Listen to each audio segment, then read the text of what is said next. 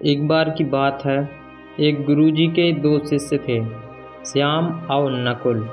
दोनों बहुत होशियार थे, लेकिन नकुल के भीतर श्याम के प्रति हमेशा एक प्रतिस्पर्धा बनी रहती थी। एक दिन की बात है, गुरुजी ने दोनों शिष्यों को एक कार्य करने को दिया, जिससे कि पता चले कि दोनों में कितना धैर्य है। श्याम और नकुल इस कार्य के लिए बहुत खुश थे। दोनों ने अपनी उत्सुकता दिखाई और कहने लगे, बताइए गुरुजी, क्या कार्य है। गुरुजी ने कहा, अरे रुको, इस कार्य में धैर्य की ही आवश्यकता है, जल्दबाजी की नहीं। तुम दोनों को एक एक पेड़ लगाना है और 1 साल तक उसकी देखभाल करनी है। उसके बाद मैं निरीक्षण करूँगा, तुम दोनों में से किसका पेड़ ज़्यादा फल फूल रहा है। बस यही है तुम दोनों का कार्य। नकुल बोला, गुरुजी, इस कार्य में तो बहुत अधिक समय लग जाएगा। ऐसा कोई कार्य दीजिए जो 1-2 दिन में ही हो जाए।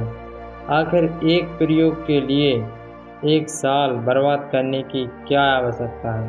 श्याम बोला, नहीं नकुल, गुरुजी ने हमें जो कार्य दिया है, हम दोनों इसे ही करते हैं। आखिर हमें भी पता चले कि हम इस कार्य को कर सकते हैं या नहीं।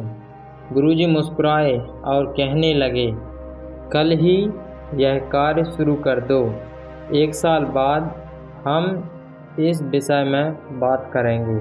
श्याम और नकुल ने मिलकर ऐसी जगह ढूंढी जहां वह पौधे लगा सकें और कोई पशु उसे चर ना सके।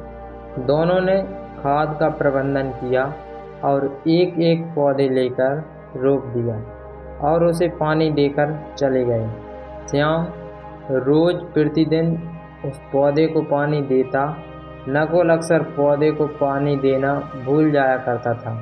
वह जब भी आता उसे ज़रूरत से अधिक पानी देता ताकि उसका पौधा जल्दी बड़ा हो सके और उसे रोज़ पानी देने न आना पड़े। नकुल एक बार जब पौधे पर पानी देने जा रहा था, तभी उसकी नज़र श्याम के पौधे पर पड़ी। उसने देखा उसके पौधे पर फूल आना शुरू हो गए हैं। यह देखकर उसे बड़ा क्रोध आ गया। उसने श्याम के पौधे की जड़ें उखाड़ दीं। अगले दिन जब श्याम आया तो देखा कि उसका पौधा तो जड़ से निकला हुआ है। उसने सोचा, जरूर किसी जंगली जानवर की नज़र इस पौधे पर पड़ गई है। उसने तुरंत पौधे को लगा दिया और पानी देकर चला गया। दूसरे दिन जब नकुल पानी देने आया, तब वह यह देखकर खुश हुआ कि उसका पौधा अब फूल चुका है।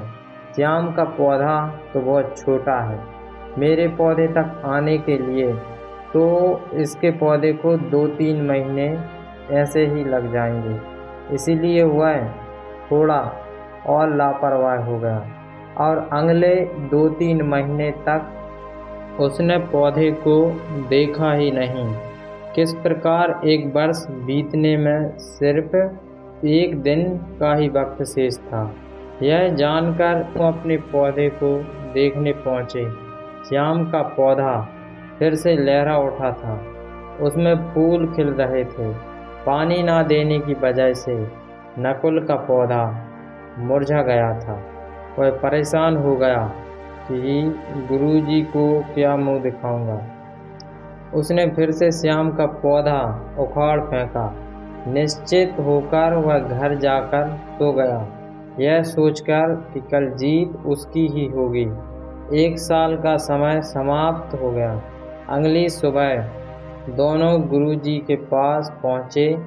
गुरुजी बोले, आज तुम्हारे कार्य का 1 साल पूरा हो गया है। चलो देखने चलते हैं उन पौधों का क्या हाल है। गुरुजी वहाँ पहुँचे तो उन्होंने देखा श्याम का पौधा उखड़ा हुआ है और नकुल का पौधा बड़ा हुआ है। यह देखकर श्याम बहुत परेशान हो गया। श्याम बोला, गुरुजी, बहुत मेहनत से मैंने यह पौधा लगाया था, पता नहीं किस जंगली जानवर ने तोड़ दिया। माफ़ कर दीजिए, मैं आपका दिया हुआ कार्य नहीं कर पाया। नकुल बोला, मेरा पौधा देखिए, मैं इस कार्य का विजेता हूँ। गुरुजी बोले, भले ही श्याम का पौधा किसी ने उखाड़ दिया है, पर पौधे की लंबाई और उगे हुए फूलों को देखकर अंदाज़ा लगाया जा सकता है कि इसे हर रोज़ पानी देकर उसकी देखभाल की गई है। नकुल, सच बताओ, तुम इस कार्य में बेईमानी की है ना? यह सुनकर नकुल लज्जित हो गया। नकुल बोला, हाँ गुरुजी। उसने गुरु से माफ़ी मांगी और कहने लगा, मुझे माफ़ कर दीजिए, मैं जीत के लालच में ऐसा कर बैठा। गुरुजी बोले, श्याम तुम बहुत ही धैर्यवान हो। कार्य तो यही था कि कौन कितना धैर्यवान है। तुम जीत गए हो। नकुल, तुम्हारे अंदर बिल्कुल भी धैर्य नहीं था, इसीलिए तुम्हारा ध्यान खुद से ज़्यादा इस बात पर था कि दूसरों को कैसे रोका जाए।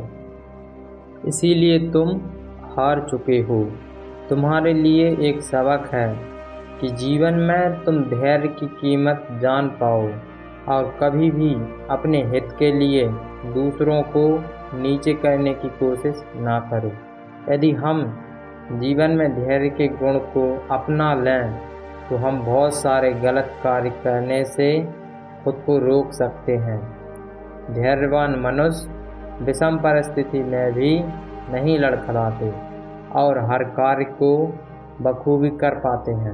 उम्मीद करते हैं आपको हमारी प्रेरणादायक कहानी जवान बनो जल्दबाज नहीं पसंद आई होगी। यदि पसंद आई है तो कृपया वीडियो को लाइक करें और चैनल पर नए हैं तो प्लीज़ चैनल को सब्सक्राइब करें। धन्यवाद।